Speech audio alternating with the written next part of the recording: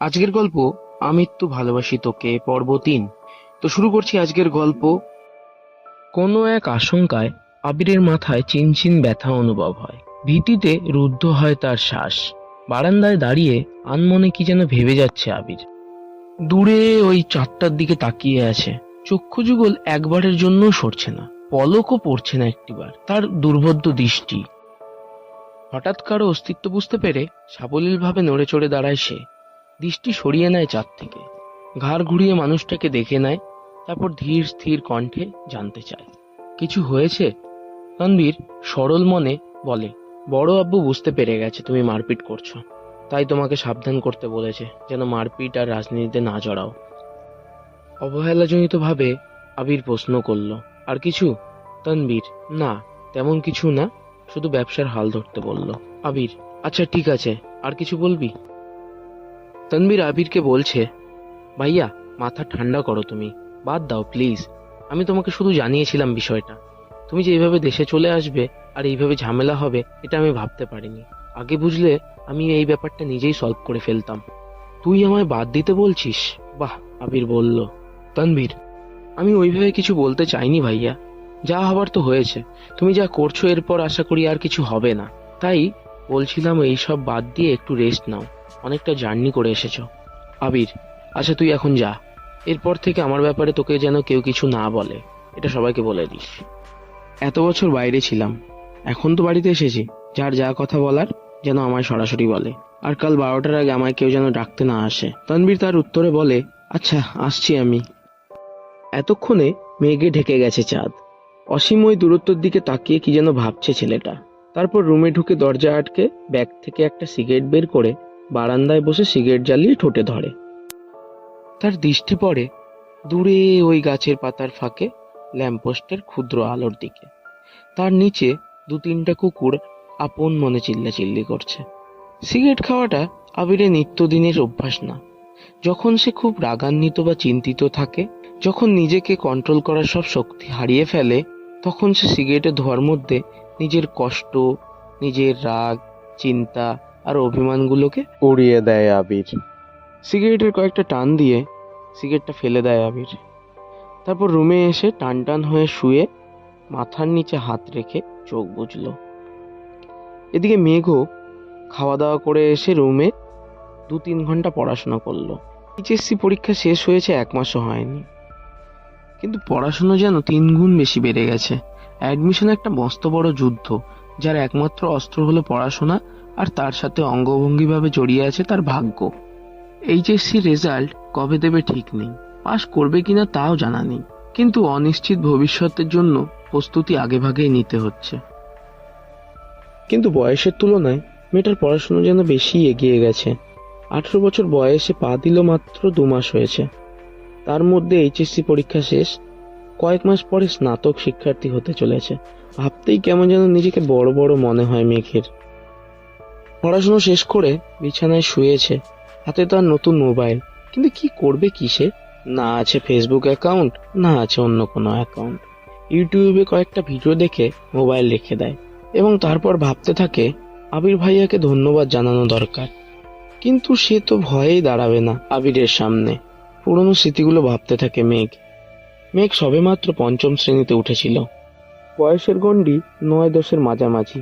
তখন মেঘের এক বন্ধু হয়েছিল, নাম জয়। ছেলেটি স্কুলে নতুন এসেই বন্ধুত্ব করেছিল মেঘের সাথে। ছোটবেলায় পিচ্চিদের বন্ধুত্ব যেমন হয়, চকলেট শেয়ার করা, টিফিন শেয়ার করা, একসাথে খেলাধুলো করা। একটা সপ্তাহ হয়নি তাদের বন্ধুত্বের। এরই মধ্যে 7 দিনের মাথায় আবির স্কুলে গিয়ে মেঘকে আর জয়কে একসাথে খেলতে দেখে। স্কুলের সবার সামনে মেঘের গালে কয়েকটা থাপ্পড় বসিয়ে দেয় আবির, আর রাগান্বিত স্বরে বলেছিল, তোকে যদি আর এর সাথে খেলতে দেখি কোনোদিনও, তাহলে তোর খবর আছে। তারপর বোনকে টানতে টানতে বাড়িতে নিয়ে আসে আবির। একটাবার বোনের দিকে তাকিয়েও দেখেনি সে। দুগালে আবিরের আঙ্গুলের দাগ বসে গিয়েছিল। সেই যে থাপ্পড় দিয়েছিল, মেঘ 1 সপ্তাহ জ্বরে পড়েছিল। মেঘ ছোটবেলা থেকেই খুব অভিমানী ছিল। ছোট্ট মেয়েটা এই থাপ্পড়ের ভয়ে আর আতঙ্কে আর কখনো আবিরের দিকে চোখ তুলে তাকায়নি। কথা বলা তো দূরের থাক, আবির বাসায় থাকাকালীন সে রুম থেকে বের হতো না। আবিরও কখনো খোঁজ নেয়নি মেয়েটার। ছোট্ট মেঘের তখনই জন্ম নেয় আবির ভাইয়ের প্রতি অভিমান, সীমাহীন অভিযোগ, কষ্ট আর বিতৃষ্ণা। তার 2 বছর পর দেশ ছাড়ে আবির। এই সময়ের মাঝে কখনো এক টেবিলে খেতেও বসতো না মেঘ। আবিরকে দেখলেই যেন ছুটে পালাতো মেঘ। আবিরের বিদেশ চলে যাওয়ায় মেঘ আবিরের ভয় থেকে নিজেকে সাবলীল করে আপন মনে রাজত্ব করে খানবাড়িতে। এমনকি আবিরের পাশের রুমটাও তার দখলে চলে আসে। আবির থাকলে হয়তো এই রুমে আসতোই না। আবির বিদেশ যাওয়ার পর সবার সাথে ভিডিও কলে কথা বলেছে, কিন্তু কথা হয়নি শুধু মেঘের সাথে। 1বার মেঘের কথা জিজ্ঞেস করেছিল ঠিকই, কিন্তু মেঘ আতঙ্কে কথা বলতে চায়নি। এরপর থেকে আবিরও কখনো মেঘের কথা জিজ্ঞাসা করেনি। এত বছর পর ভাই বাড়ি এসেছেন, তার সাথে দেখাও হয়নি এখনো। এরই মধ্যে ভাই মারপিট করে ফেলেছেন। ছোটবেলার অনুভূতিগুলো প্রকাশ করতে না পারলেও আবিরের কর্মকাণ্ড শুনে তার মাথায় একটাই নাম ঘুরছে, সেটা হলো হিটলার। কিন্তু হিটলারের সাথে আবিরের কতটা মিল আছে বা বেমিল তা বিবেচনা করার বিন্দু পরিমাণও ইচ্ছে নেই মেঘের। তবে তাকে ধন্যবাদ জানানো উচিত, এটাই মাথায় ঘুরছে তার। কিন্তু সে আদৌ কথা বলতে পারবে হিটলারের সাথে? এইসব ভাবতে ভাবতে ঘুমিয়ে পড়ল মেঘ। এদিকে ভোরবেলা থেকেই বাড়িতে রান্নার ধুম পড়ে যায়। 3 ভাই সকাল সকাল খেয়ে অফিসে চলে যায়। মিম আর আদিও স্কুলে চলে যায়। মেঘ ঘুম থেকে ওঠে 8টায়। রাত জাগার কারণে সকালে উঠতে পারে না সে। মাঝে মাঝে গোসল করে খেয়ে বের হয়ে যায়। 10টা থেকে 2টো পর্যন্ত বাইরে কোচিং, তারপর টিউশন শেষ করে বাড়ি ফেরে সে। ফ্রেশ হয়ে খেয়ে একটু ঘুমায়। বিকালে হই হুল্লোড় আর তার সাথে পড়াশোনা, এই তার বর্তমান জীবন। আজও ব্যতিক্রম হলো না। খেয়ে কোচিং এর উদ্দেশ্যে বেরিয়ে পড়েছে। বাসার গাড়ি তাকে দিয়ে আসে, আবার কল দিলে তাকে নিয়ে আসে। ঠিক 12টায় ঘর থেকে বের হয় আবির। ধীর গতিতে নিচে আসে।